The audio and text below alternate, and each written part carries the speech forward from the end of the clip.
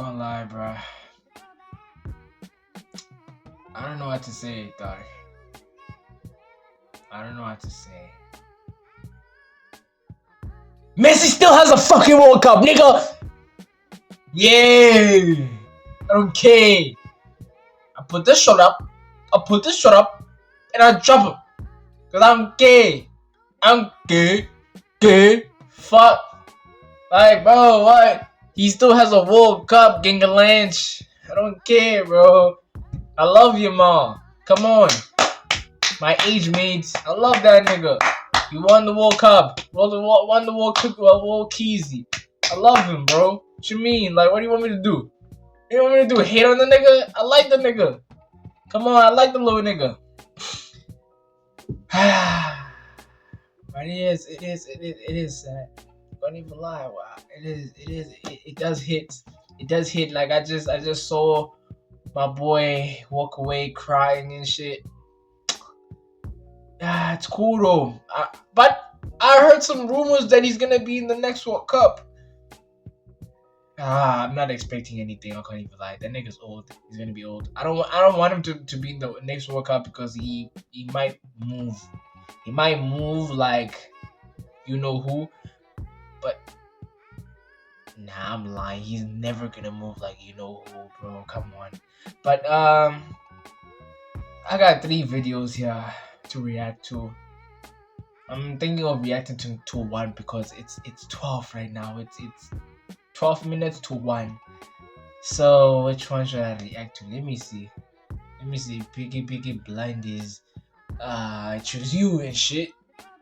Oh my god, it's Michael Jackson versus Prince. I don't know the rest. Let me see. What is this even talking about, bro? You're probably talking about Michael Jackson and fucking Prince. Michael Jackson versus Prince was ridiculous. So let's check it out. Let me see. I'm not even mad that Lamine won. That's my boy. But like, comment, subscribe, shit. Let's go. No, you don't get it. He's a meanie. He's a meanie. One time, like I told you, he tried to run me and my mama over with a car. Prince sits in his car near the Beverly Theater, gripping the steering wheel in rage. He's waiting for Michael Jackson. As Michael, accompanied by his bodyguards and his mother, makes his way toward a limousine, the car suddenly bursts out of the darkness at high speed, blinding everyone with its headlights.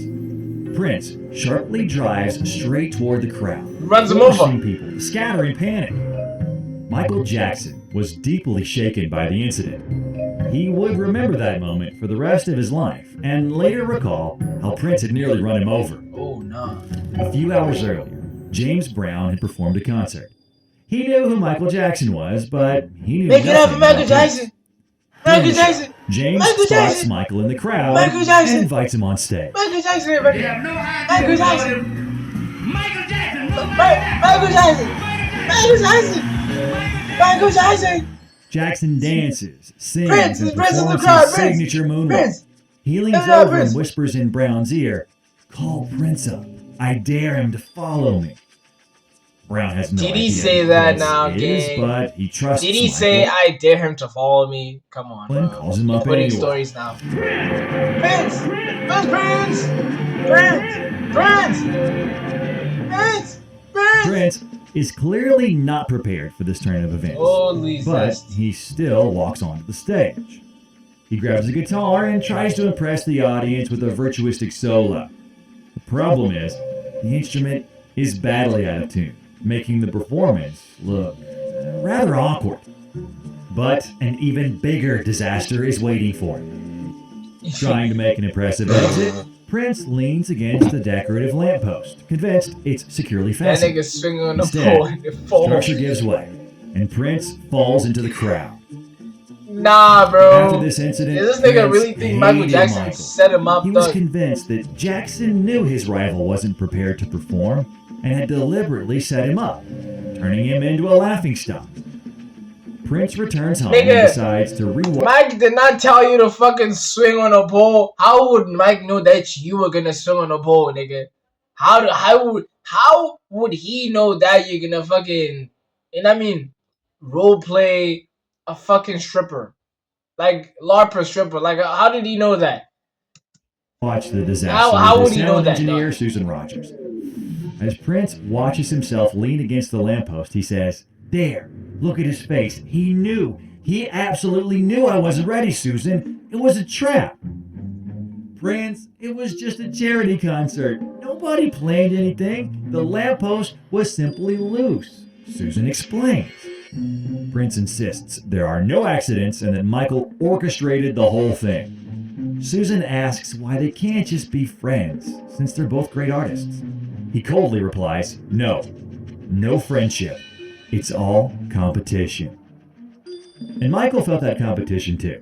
The first time he saw Prince, he immediately recognized him as a rival. Their story goes back to the late 1970s. One day, Michael Jackson was sitting at his Encino estate flipping through magazines. For what isn't the first time, he notices photos of a mysterious newcomer from Minneapolis. Prince. Genuinely puzzled, he asks his managers about Prince. Who is this guy? Where did he come from? Why is his face on every cover? What's so special about him? Industry blunt. Eventually, the two would meet. Prince These had days, a crush bro, on LaToya. that's Michael's literally what they would say these days. sister. Oh, he's So- an industry blunt. He often visited the Jackson family home. They went roller skating together, but Prince and Michael never truly became friends. There was always tension whenever they were in the same room. In 1983, Prince tells record producer Ted Templeman I need to find a way to knock Michael off the #1 spot. It drove him crazy that Thriller was breaking every record imaginable. Still is, Ted dog. asks, Yo, "You really want to beat Michael?" "Yes," Prince replies proudly. "Okay, then have Quincy Jones produce your next album," Ted suggests. Prince was furious at that advice. Ted genuinely thought Prince was about to hit him. "I produce my own songs," Prince shouted before storming off. If Michael had his own mini-movie, Thriller, Prince essentially said, "To hell with short films, I'll make a full-length movie." The project was called Purple Rain, and its soundtrack earned Prince an Academy Award and 2 Grammy Awards. The triumph cemented wait, his was status Prince as the a first global artist superstar, to standing win an shoulder to Oscar? shoulder with Michael Jackson in a fierce battle for the top spots on the charts. 1985, Texas, the Jackson Brothers Victory Tour. Prince decides to attend the show with his team to evaluate the scale of his rival's operation and identify any weaknesses. However, he wanted to do it quietly without anyone recognizing him. Prince puts on an oversized hoodie. With the hood pulled down to his eyebrows, he instructs everyone around him to keep their eyes down and avoid drawing attention. Prince's bodyguard, Chick, was also told to keep his distance from the musician, since It's crazy. people often figured out Prince was nearby whenever they spotted him. And so, Prince and his discreet security team made their way to the seats near the field. Even then, Jackson family managers and concert organizers eventually recognize him. One of them says, "Hey, why don't we bring you on stage right now? Michael would love it. You guys could put on a show together." Prince adjusts his hood and replies that this is Michael and his brother's show. Stepping onto that stage would be the ultimate sign of disrespect toward their work. During the concert, Prince says to security guard Hackey Austin, "Look at these spotlights. We'll do better. Listen to this sound system. Ours will be bigger." About an hour Can later, you Prince dance decides to though? leave. That's the real question. Then can you fucking dance, nigga? Because these niggas were sweating on stage. They were not just like performing. They were performing and dancing. You saw that little thing they were doing with their hips and shit. That shit was fire. That shit was like these were the first niggas that were that made being flamboyant look cool. These are the first niggas that made it look cool, nigga. They were like these and shit, rolling and shit, doing these and shit. You got uncles doing that, dog. The same uncles that would be mad when seeing 2 gay people. The same uncle. Like what the fuck? He gives Austin a sly look and says, "To hell with it," before pulling back his hood. The girls immediately recognize him. "It's Prince! Oh my god!" Oh my god! Screams spread through the crowd. Within seconds, hundreds of women completely shifted their attention away from Michael's show and toward his biggest rival. The Jacksons were furious that Prince had chosen to disrupt the performance this way. That same year, the massive charity project We Are the World was created to raise money for famine relief in Africa. The children. The organizers brought together America's biggest pop stars in one studio, including Michael Jackson. Of course, Prince was invited as well. The original plan was for the two biggest rivals in music to share a verse together at the same microphone. Lionel Richie, one of the song's co-writers, calls Prince and asks him to come record his part. Prince asks, "Can I have a separate room to record?" Richie replies that he can't give him a separate room. No, because Michael Jackson doesn't have a He makes a separate fatal mistake. "I'll put you next to Michael." At that moment, Prince completely loses interest in participating. In his opinion, Michael was a little bit weird. Instead, he offers an alternative. He won't sing, but he's willing to come in and record a guitar solo for the track. Oh, and he got The that. project's music producer, Quincy Jones, was furious at Prince's demands and immediately rejected the proposal. 1986. Michael arrives at Prince's studio while Prince is working on the soundtrack for Under the Cherry Moon. Prince invites Michael to play ping pong, even though Michael barely knows how to play. But as soon as the match begins, Prince turns it into a full-blown competition. Pulls He up starts a, playing so aggressively that he deliberately I thought he was gonna fight- pull out a fucking guitar and start cheating and shit. Like, fire God, shots nigga. straight toward Michael's face. At one point, Michael simply dropped the paddle and covered his face with his hands to protect himself from the shots. So he slams the ball, and Michael drops the paddle and goes like this to protect his face from the ball. The game's over, obviously, and Michael Jackson leaves with his bodyguard, and Prince is strutting around the studio like a rooster going, "Did you see that? He played like Helen Keller." You can't see it? It was crazy. He was all proud because One. he won. After losing the ping pong match, Michael quickly shifts his attention to Sherilyn Fenn, the star of Two Moon Junction and Prince's girlfriend. Oh Jackson my begins God! showering her with compliments. Mike, come on, bro. That's no, bro. And No, Prince's bro. girlfriend. That's dirty. Jackson begins That's dirty. That's mud. It's mud, bro. showering her with compliments and That's charming her, mud. almost completely ignoring his rival. For No. Prince, who was known for being possessive and jealous in relationships, it was an unpleasant blow. His victory at the ping pong table instantly became irrelevant, because now all of Sherilyn's attention was focused on Michael. Dirty According to witnesses, Mackin. Prince This nigga notably money, withdrew, dog. became He's money. nervous, and soon decided to call it a night. In the summer of 1986, Michael was in the studio with Quincy Jones working on the song Bad. If you and Prince were ever going to work together, now is the perfect time, Quincy tells him. Michael agrees. He wants to improve his relationship with his rival. Quincy arranges a meeting with Prince at Michael's house, but things start getting weird before the two men even see each other. Quincy arrives first. He's sitting alone at a massive dining table when the phone suddenly rings. It's Michael calling from his room. "So is Prince here yet?" "No," the producer replies. 5 minutes later, Prince calls. He's already sitting in his car outside the gates of the estate. "Is Michael waiting already?" Quincy tells him Michael isn't at the table yet. And this goes on for another 20 minutes. Eventually, Quincy loses patience and tells his protege, "Come on, Michael, stop fooling around and get down here." Michael finally appears. A few seconds later, Prince rings the doorbell.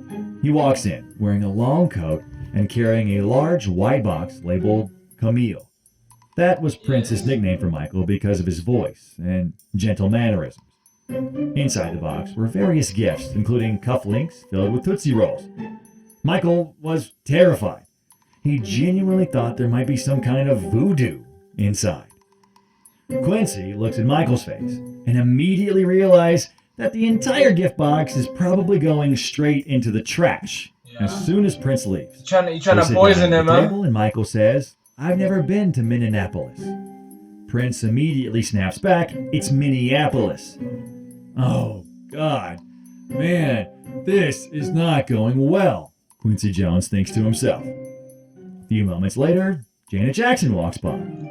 Is Prince Prince gonna looks at her and cook? smirks. Relax your lips, girl. Then, Prince has played the demo of Bad. The first line he hears is, "Your butt is mine." And immediately one thought runs through his head. Oh, he wants to punk me out on record? Who does he think I am? Crazy? Now I said, who you gonna sing that to who? Cause you sure ain't singing it to me. And I'm not. And I sure ain't singing it to you. So, right there we got a problem. They later head upstairs, where Prince notices Michael's chimpanzee and pet snake. Now, this is interesting, Prince says. Not long after, he admits to Quincy, "You don't need me on this one. The song's gonna be a hit without me."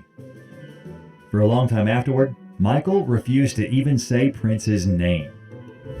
Jackson also considered Prince one of the rudest people he had ever met. In his memoir, Moonwalk, he wrote, "I have proven myself since I was real little. It's not fair. He feels like I'm his opponent. I hope he changes because, boy, he's gonna get hurt. He's the type that might commit suicide or something. He was so rude, one of the rudest people I have ever met. Prince is very competitive. He's been very mean and nasty It's to an my family." ego thing, Doug. In 1988, You Michael piss him Jackson off, performed in nigga. Prince's hometown. You piss him off. Despite everything his rival had done over the years, Michael still decided to invite him backstage, along with two of Prince's biggest stars, Sheila E. and I think Kat Michael Dillon. also had an ego as All well. three were wearing luxurious long coats with matching designs, but different colors, Probably did have an each ego. Yeah, embroidered probably with their did. names. Michael greets them Because and there's no compliments way. their outfits. "Wow, I really like those coats. Where did you get them from?"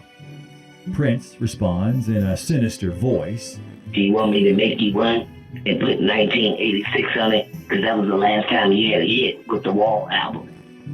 After the concert, Michael visited Prince's Paisley Park estate, and the two finally had a chance to speak one-on-one. According to people close to Prince, they actually got along surprisingly well that night and managed to put many of their old grievances behind them. Prince, hypothetically, who would win in a fist fight, you or Michael Jackson?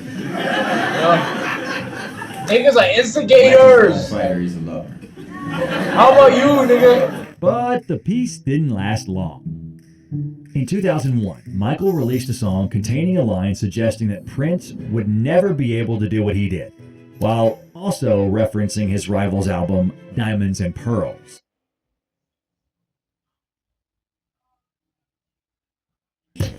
Prince fired back by bit mocking ice. Jackson's plastic surgeries, including his nose. Voice is getting higher. I ain't never had my nose done. Look out. And years later, one of the most legendary clashes between them took place. And it was actually pretty funny. Around 2006 or 2007 Will.i.am. in Las Vegas. Will.i.am invites Michael to a William. late-night jam session with Prince. Oh, I can't go to that. I'm like, why? Prince is a meanie. Michael then brings up that infamous incident when Prince almost ran him over with a car. One time he tried to run me and my mama over with a car. Oh, damn. I'm like, wait, what? Eventually, the Black Eyed Peas frontman manages to convince the King of Pop to come to the show. Michael sits in a VIP booth watching Prince perform. And Prince, of course, doesn't miss the opportunity to tease his longtime rival. At one point, he walks right up to Michael and starts aggressively playing bass guitar directly in his face. What? Prince then comes in front of us, walks through the crowd. After his performance. No, while he's performing, While he performing. plays the bass, aims the bass at Mike's face. Why? Yo, you go. And then like, You know why? This is not Disney Channel. and Mike's like,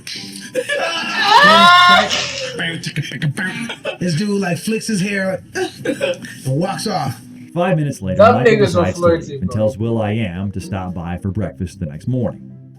But before the meeting, Will unexpectedly receives a phone call from Quincy Jones.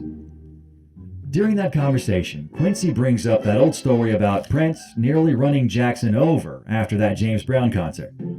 Curious, Will.i.am later finds footage of the performance online to better understand why the relationship between the two musicians had been so complicated.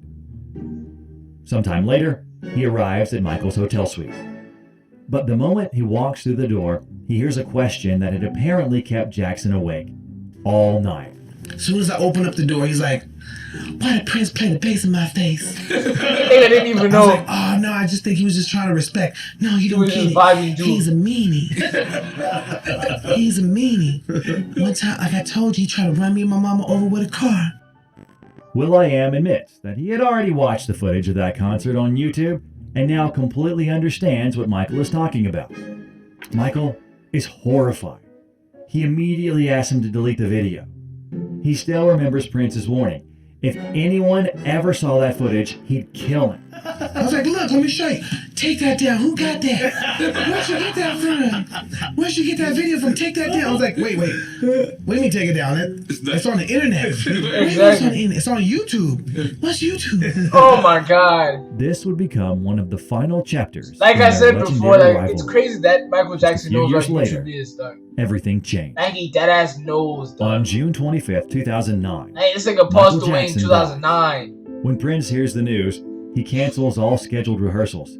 He locks himself inside his estate and barely speaks to anyone for several days. And when he finally meets with one of his close friends, he spends the entire night talking about one thing: how brilliant an artist Michael Jackson was.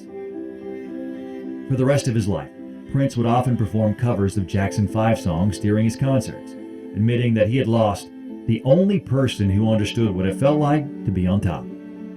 Prince himself would pass away Damn. on April 21st, 2016. And perhaps the saddest and most disturbing part of the story is that he ended up sharing the fate of his greatest rival. Like Michael, Prince died as a result of complications involving powerful prescription medications. If you enjoyed this story, the next video I recommend watching is our Damn, bro. Nah, that was fire, bro. Ain't no way. These niggas are dead ass like competing with each other, bro. Like, who is the Michael Jackson and Prince of this generation? In terms of like, what is this? Is this pop? Is this pop like the genre?